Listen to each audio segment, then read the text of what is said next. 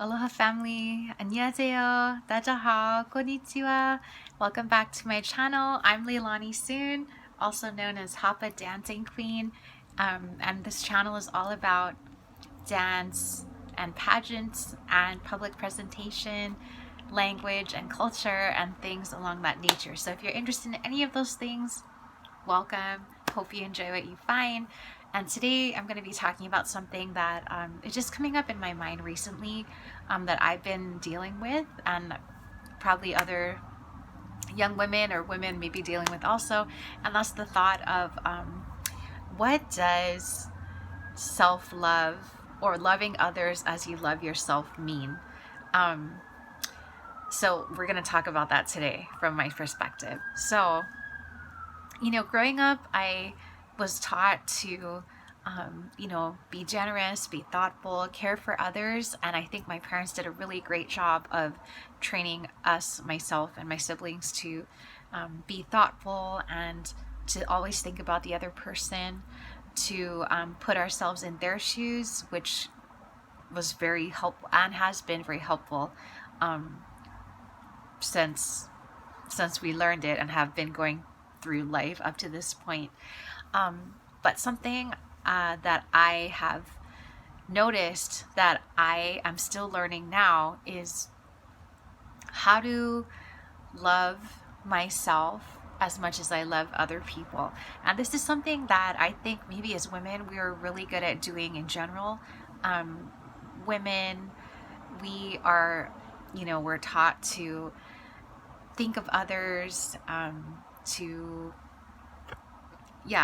put their needs before our own, especially if you're a mom or you're a wife, you have all these people that are depending on you for different things. And because it's in our nature to give and give and give, I think that is a beautiful thing, and that's a unique thing about being a woman that is special. We want to celebrate and acknowledge. Yes, we do. And then at the same time also we do I want to remember that it's also important to pour into ourselves and allow ourselves to be filled, to create space for ourselves. Self-care is like a really huge thing. It's coming, and I'm glad it's coming up like more on social media, and we're talking about it as people and just as women also in general, because self-care, like, it is a thing, and I'm learning this myself, because if we give so much and then we have like nothing left to give, then how are we going to be able to help people if we are not even able to help ourselves? And then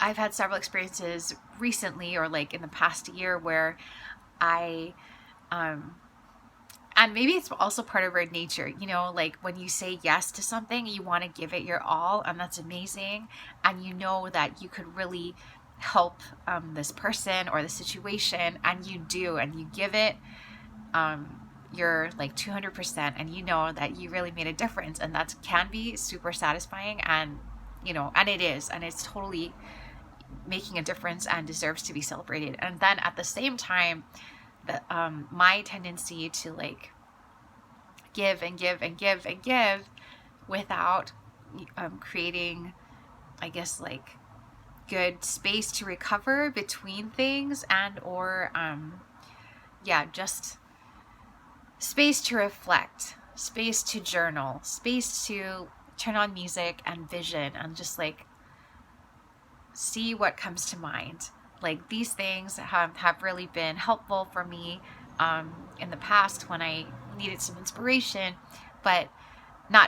and so knowing that, I would like to build more time into my schedule where I am doing these things, doing these practices, like making time and having a good morning routine. I used to have a good morning routine, and that's something we're working on to establish again. But I think the consistency of routine, along with adequate time and space to recharge, refresh, will be super helpful if you're anything like me and you're out there, sister. Like, I see you, and yeah, I'm telling you that let's do it together. Like, let's make sure that we make the time to just be still before God. Like, being still is a thing. Like, some of us, like myself, like if you're really into like action and like helping people, and you can see like when you can see all the ways that you could help someone, or their situation could be improved, and you can plan it all out, map it all out for them, which is amazing. In the same way, we ourselves also deserve that same high level of care, that same consideration, and that same like, okay, like, maybe putting ourselves in a different position, like looking at ourselves from a third party view and seeing like, wow, like, looking at everything that you've done and everything that you're doing and that you want to do, and like, how could that best be optimized? How could that best be road mapped and like, broken down into daily routines? Everything is daily routine. I'm learning this again. So, yeah, I think those things would be super helpful. And yeah, like, especially biblically, the story of Mary and Martha, and Jesus, Martha was such a giver, such a doer. She really wanted Jesus to have the best experience possible.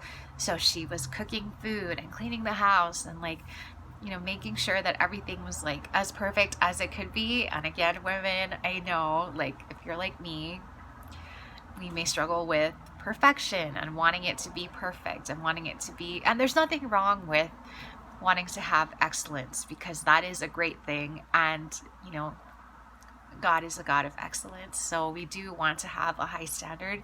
And at the same time, there is grace. And, we, even in everything that we do, only God is perfect. So we are obviously not. But when we do our best and we fall short, there is grace. So, and at the same time, Mary, she knew that the most important thing was to spend time with Jesus and, just receive from him his teaching, his love, his wisdom, and sharing. So she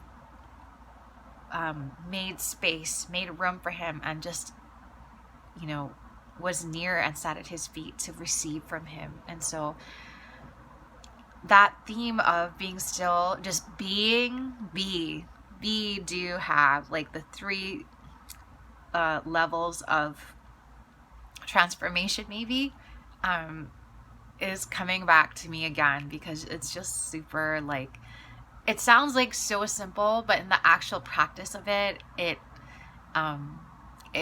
can take more than we think and than I think. So I just want to encourage you, if you're out there today and you feel like because you want to help so many people, and you can, and you do, and that is an amazing thing. And I celebrate you, and we celebrate you for doing that. I also want to encourage you to take time for yourself to, the first commandment is love the Lord your God with all your heart, soul, mind, and strength. And the second one is to love your neighbor as you love yourself. And so if we're, it's easy to love our neighbor, but if we love ourselves, we need to love ourselves as you love yourself. So if you don't love yourself, like, how can we really love our neighbor? How can we really be the best that we can for those we care about, if we are feeling drained? So yeah, I encourage myself and all of us to just create that space and time to be poured into through self-care, getting a massage, taking a bubble bath, like just doing the things that bring you joy, calling up a friend, going to the movies, eating lunch, just the simple things, taking a walk outside in nature, like that bring you joy, let's practice those as much as we can so that we, and also most importantly, spending time with God to be filled.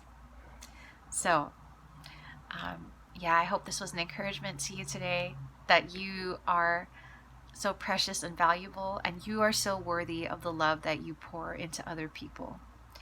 Yeah, so hope you enjoyed this video today, and please like and subscribe. I'd love for you to join our free school group where we pour more encouragement and love onto each other as women, to talk about worship and creating beauty through many different ways. So we welcome you to join our school group. The link will be below, and bless you all. Hope you have an amazing day. Aloha.